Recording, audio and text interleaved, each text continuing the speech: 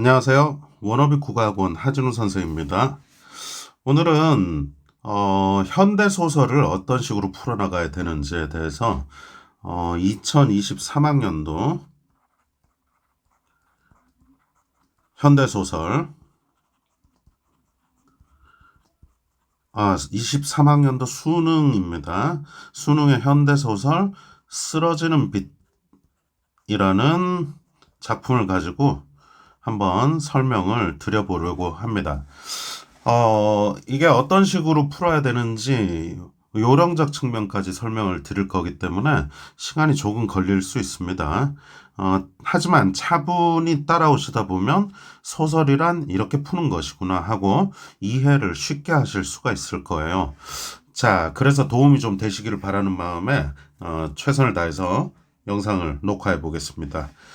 자, 지금 항상 이 문학 작품을 만나시게 되면 제목을 항상 먼저 보세요. 최명희의 쓰러지는 빛. 뭔가를 아실 수 있으면 다행이고, 모르시면 그냥 넘어가는 것입니다. 자, 넘어가서 여러분이 문제를 먼저 빠르게 훑으세요. 윗글에 대한 이해로 적절한 것. 내용 일치 물었습니다. 이런 건 주로 인물의 심리 태도, 줄거리 파악입니다. 그 다음에 A에서 E의 서술 방식 물었네요. 틀린 것. 자, 기호들이 이렇게 붙어 있는 놈들을 보고서 판단하시는 겁니다. 그 다음에 오동나무에 대한 이해로 적절한 것. 이게 지금 딱 보니까 소재인데요. 이 오동나무에 포인트를 맞춰서 지문을 읽어야 되겠다라는 전략을 짜십시오. 그 다음에 보기를 바탕으로 윗글을 감상하라.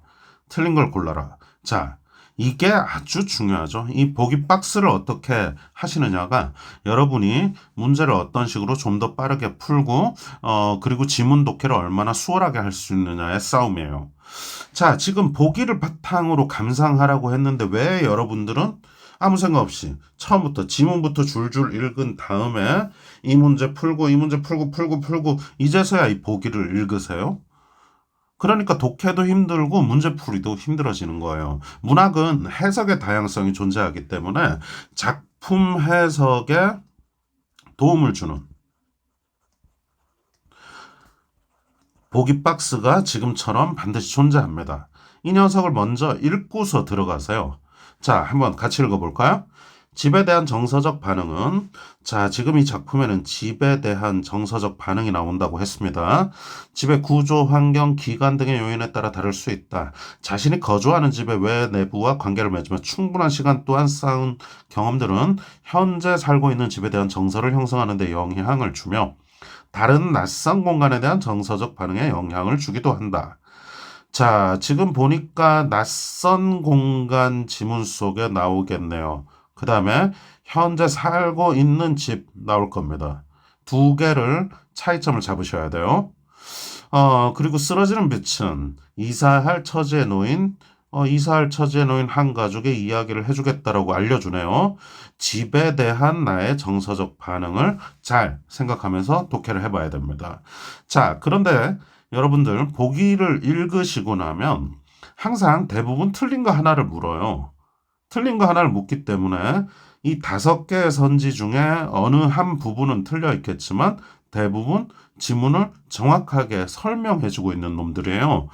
그러므로 여러분께서는 이 보기 박스 밑에 읽은 직후 바로 선지를 읽어 나가면서 두 가지 포인트를 잡습니다. 일단 첫 번째, 보기와 일치하는지 판단하세요. 그 다음에 2번, 지문 내용과 보기 내용이 연결되는지를 생각 한번 해보세요. 두 가지의 포인트를 맞추세요. 그러면서 보기 문제는 보기를 본 다음에 바로 선지를 문학에선 추려나가실 필요가 있으세요. 왜? 보기를 바탕으로 풀라고 하니까. 보기 안에 답이 들어있을 가능성이 높다 이 말이죠. 자, 그런데 선택지를 잘 보시게 되면 이 지문 내용은 보기에 선지에 잘 보세요. 나가 천변에 살면서 해온 시간들은 어쩌고 저쩌고 하면서 따옴표가 붙어 있죠. 지문 속에서 따왔을 거 아니에요. 이 지문 내용은 선지의 왼쪽입니다. 선택지의 왼쪽 부분이고 보기 내용은 오른쪽 부분이에요. 이 두 개가 이 녀석이 이 녀석으로 넘어갈 수 있는지를 따지라는 게 연결입니다. 한번 지금 가 봅시다. 나가 천별의 삶에서 추억을 형성해온 시간들은 이사할 처지는 현재 상황을 불편하게 여기는 요인이 될 수 있다. 자, 지금 이게 이사할 처지에 놓였다. 그러면 이제 다른 낯선 공간으로 간다는 건데 거기에 대해서 정서적 반응이라고만 하였지 이게 긍정적인지 부정적인지 말을 한 적이 없어요. 그래서 이거를 지금 바로 판단할 수는 없습니다. 그 다음 2번 집을 고치던 경험을 바탕 구조가 천박한 집의 여건을 살펴보는 것에서 적응해서 낯선 공간에 친숙해지고자 하는 나의 생각. 이거 좀 이상하네요. 연결이 이상해요. 쌤, 뭐가요? 제가 시문학 편에서 설명했던 걸 기억하시는지 모르겠어요. 문학은 제일 중요한 풀이 원리 중 하나가 긍정, 부정, 단순화. 디테일하게 생각하지 말고 긍정, 부정, 단순화 해서 판단을 하는 게 되게 중요한데 자, 지금 여기를 한번 봐봐요. 구조가 천박하다. 구조가 천박하다. 지금 부정적입니다. 근데 낯선 공간에 친숙해지고자 한다? 긍정적이에요, 이거. 부정적인 게 긍정적인 걸로 연결된다? 이게 이상하네요. 아직은 정확히 모르겠습니다. 이럴 수도 있기 때문에 저 정도로 이렇게 물음표 정도 때려 놓으시고 빠르게 읽어 나가세요. 서걱거리는 소리, 불규칙한 마찰음, 환경의 차이는 친밀감의 차이를 유발할 수 있다. 환경 차이, 친밀감 차이 연결되는 것 같습니다. 창문을 막아버린 방, 최강 통풍조차 되지 않는 속성으로 인해 정서적 반응과는 다른 정서적 반응, 그럴 수 있겠죠. 잘못 날아든 참새들 같다라고 한 건 낯설하는 심리를 비유적으로. 이거 지금 밑에까지 읽어보니까요. 이거 답일 가능성이 너무 높아요. 왜 그러냐면 지금 창문을 막아버렸고 통풍조차 되지 않는다. 그 다음에 잘못 날아든 참새들 같다. 뭔가 지금 되게 부정적으로 가고 있어서 이사할 처지에 놓여 있다. 근데 이게 친숙해지고자 한다. 의심스럽습니다. 나중에 2번 먼저 확인해 보겠습니다. 자, 이 정도로 작품에 대해서 어느 정도 잡은 다음에 이제 지문 독해에 들어갑니다. 소설은 일부분을 잘라내기 때문에요. 처음에는 무슨 소린가 싶으실 수 있어요. 근데 답답해하지 말고 읽어나가다 보면 판단이 됩니다. 그 다음에 긍정, 부정, 단순화 잊지 마시고 가세요. 밤이 깊어지면 자 밤이라는 시간적 배경 나왔습니다. 시장 안의 가게들은 시장이라는 공간적 배경이 나왔나요? 지금 보시다시피 시간, 공간 등을 만나시면 네모 표시 같은 걸 하세요. 그렇게 해가지고 장면이 지금 바뀌었다라는 걸 인지해야 됩니다. 하나씩 문을 닫고 길가에 리어카를 놓고 팔던 상인들은 채소들을 끌고 다리 위로 올라오는 것이었다. 사람이 등장하면 저는 동그라미 체크를 하는데 지금 상인들은 엑스트라들인 것 같으니까 일단 밑줄만 그었습니다. 비문학처럼 체크들을 해나가면서 읽으세요.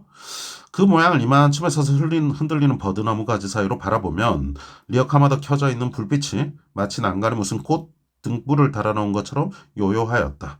자, 요요하였다. 뜻 모르시죠? 요요하다라는 단어는 아름답다입니다. 긍정적이네요. 단어 뜻 기억해요. 국어는 어휘 싸움입니다. 여기서 이거를 뜻을 알았던 친구는 이걸 판단했겠지만 모르는 친구들은 모르는 채로 그냥 내려갈 수밖에 없는 거예요. 소설이 안 풀릴 수 있어요. 국어는 어휘력이 곧 독해력이고 실력이라는 거 잊지 마시고 몰랐던 단어 나오면 지금처럼 풀고 나서라도 체크해놓고 뜻을 적으면서 학습하시기 바랍니다. 지금처럼. 자, 돈이 없어도 염려가 안 되는 곳. 그 사람들은 대부분 어머니를 알았다. 어머니라는 인물이 나왔네요. 모르는 사람들도 곧 알게 되었다. 벽오동집 아주머니, 오동나무 아주머니. 기억나세요? 아까 오동나무에 집중하라 했는데 오동나무집 아주머니이네요. 그게 어머니네요. 그렇게 어머니를 불렀다. 우리 집에 있는 나무인가 본데요, 오동나무. 어느새 나무는 그렇게도 하늘 높이 자라서 저기만큼 걸린 무슨 다리 목에서도 올려다볼 만큼 됐던 것이다. 거기다가 우리 집에서 날아간 우리라고 나왔는데 나라는 인물이 있겠습니다. 오동나무 씨앗이 윗새 앞뒷집에 떨어져 싹이 나고 불려갔는지 그보다 더 먼 건너집에서도 심지 않은 오동나무가 저절로 자라나게 되었다. 그래서 나 나오네요. 자, 소설은 읽으면서 현대소설은 시점 파악을 해야 되는데 나라는 인물이 있으니까 1인칭 시점입니다. 나는 속으로 우리 동네를 벽오동천이라고 별명 지었다. 오동나무와 관련된 나의 심리, 태도, 판단 등이니까 체크했습니다. 그건 어쩌면 이 가난한 동네 호사였는지도 모른다. 우리 동네는 가난한 동네고 호사였는지도 모른다. 호사스러운 일, 호사를 누리다 이런 말 들어봤죠? 가난하지만 좋은 어떤 우리가 호사를 누릴 수 있는 것이었다라고 오동나무에 대해서 긍정적인 판단을 계속하고 있어요. 아버지가 어머니와 혼인하시고 아버지 등장했습니다. 작천이라는 곳에 친정어머니를 남겨두신 채 신행, 신혼 여행인가요?